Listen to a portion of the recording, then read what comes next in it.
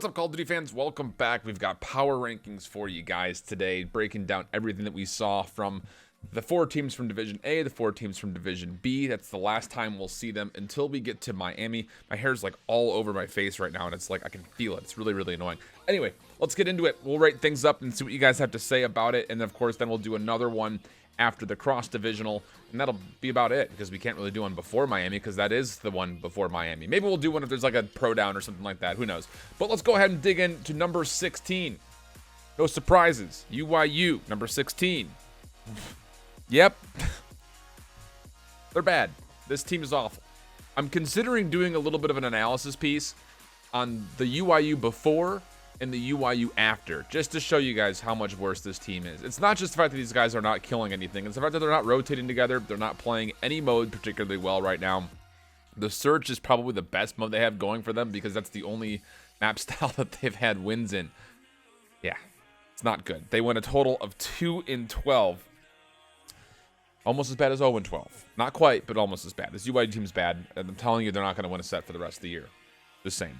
Number 15, I actually have Elevate dropping down a spot simply because I just don't trust this roster nearly as much as I just saw from Units. That's going to be the team that will be, but they've jumped above them from the previous standings that we previously had. So for this Elevate team, I'm just interested to see what Believe is going to be able to do with Lacefield on this roster, because Profizi and Whalers have been generally decent. M. Ruiz has been forgettable at best. But for Believe and Lacefield, obviously Believe kind of getting another chance since he played on Accelerate. Lacefield coming from Midnight. It'll be interesting, I think, to see what exactly happens with this squad. But personally, my hopes are not very high. And honestly, I just don't see this team doing generally well. Although obviously, I think they would be able to beat UYU in a head-to-head. This will be interesting to see. I'm just not really too sure what to expect from this team. I'm really excited to see these guys play, just to see if this roster is going to do any kind of work whatsoever, or if they'll still just be kind of bad and kind of just in the bottom. Number 14.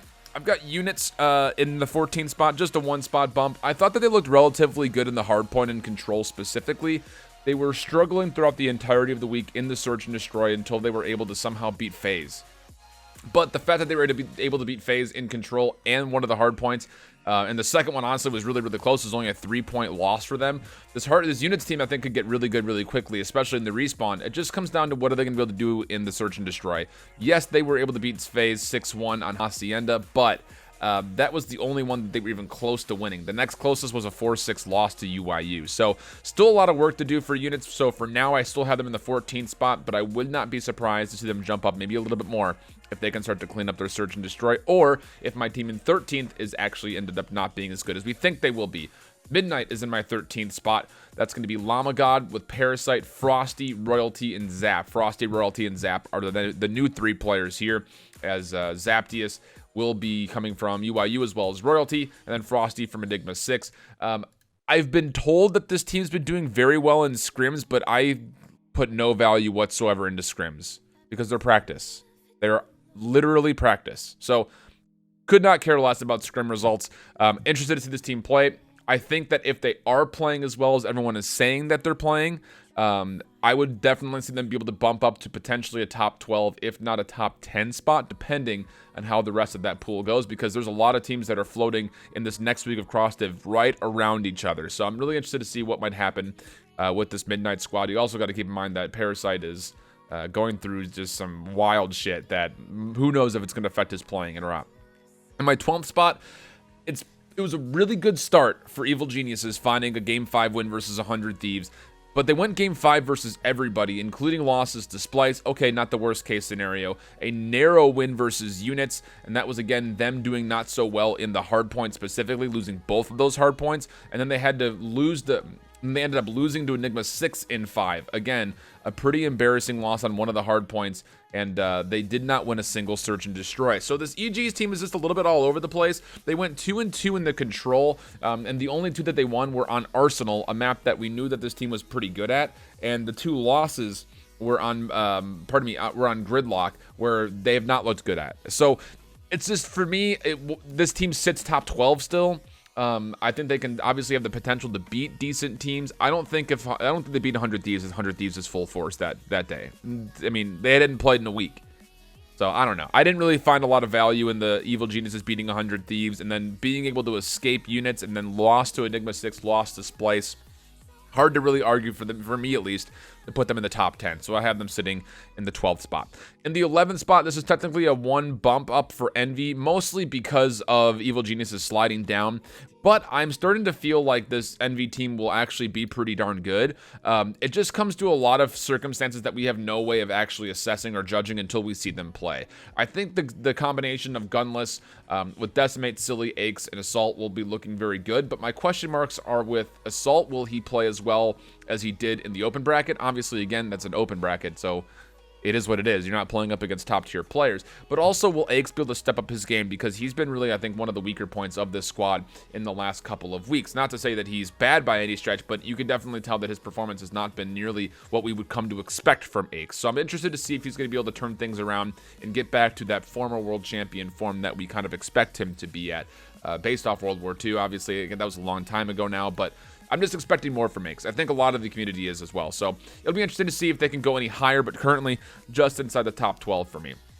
In the 10th spot, I do have Heretics here, and my biggest question is this Vortex, flat out. And, well, I guess beyond that, Vortex up front and Methods as an ICR, because when we saw Methods using ICR before, it was not very good. When him and Sukri swapped spots, it did not look so good. And this Vortex player, again, I didn't get a chance to see him play a lot through the open bracket, but the team that he was on, Movistar Riders, didn't do all that well. So I'm just interested to see what ends up going on with this Heretics team, so I have them staying in the 10th spot for now. In the 9th spot, I do have Reciprocity, technically dropping one, but that was to make room for another team who boosted above them, who were previously below them. I still don't think that this team is a top 8 team yet.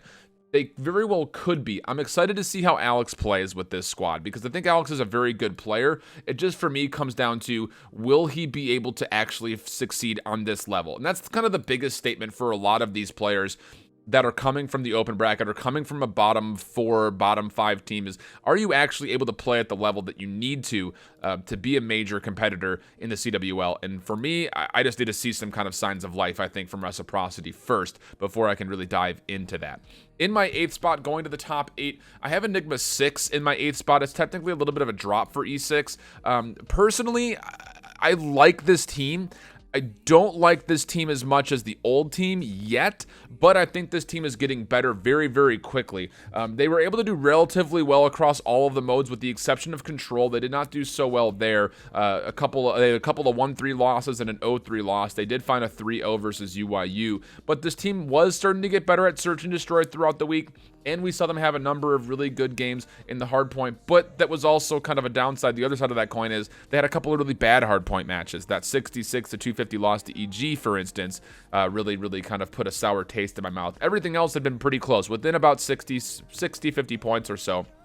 So for this E6 team, keep getting better at hardpoint, keep getting better at Search steadily, but you need to focus on Control, because if you can't win Control, you're going to be going game 5 a lot more often than you want to. You would love to be able to find some 3-1s and 3-0s if you're looking at this from Enigma 6, because there are teams that you should be finding game 4 and game 3 wins against. So that's kind of my whole thing for E6. In my 7th spot, I have Splice. Again, I know a lot of people are all sitting here saying, well, Huke's God. I mean, he's so good. He's a glitch on the map. Whatever you want to call about Huke. Fact of the matter is, this Splice team has a lot of things they needed to work on before Huke got to the roster, and they still have those things to work on even though Huke is in the roster. Yes, the individual gun skill definitely helps when it comes to winning those close games that they have. They had a lot of sets at Anaheim and previous to that they could have either sent to Game 5 or been able to win in Game 5 that they weren't quite able to do, and I think Splice gives you that X factor and that MVP potential to be able to close out those sets. But this team was 3-3 in hardpoint. They were 2-4 in Search and Destroy. They were 3-1 in Control during the cross div. So again, it just goes to show they have a lot of things to work on.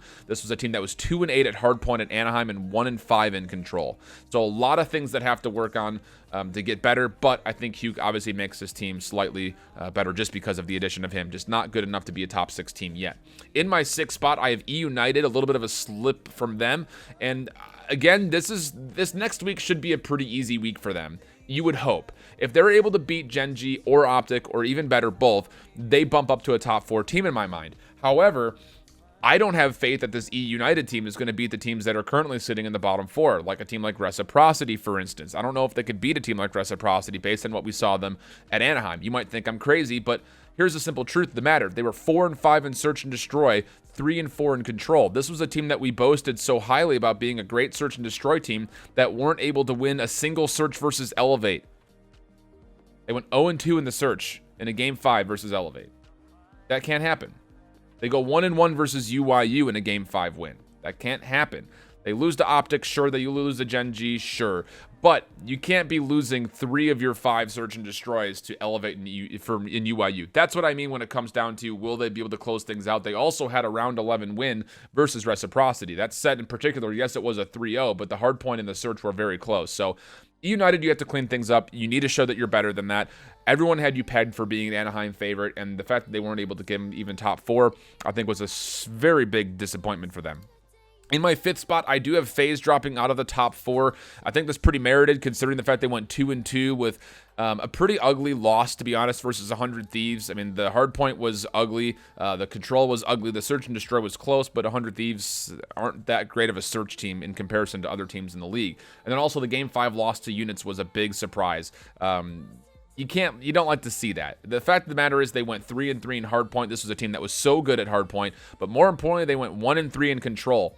This was a team that was lights out at control. So some cleaning up to do for FaZe before they can get back into my top 4. And how about this for a boost? I've got Luminosity in my top 4 spot. And I think that what we saw this week, they were able to take 100 Thieves to game 5. They were able to find themselves a 3-0 versus Splice and Units, and then a 3-1 versus E6, even though that set was relatively close.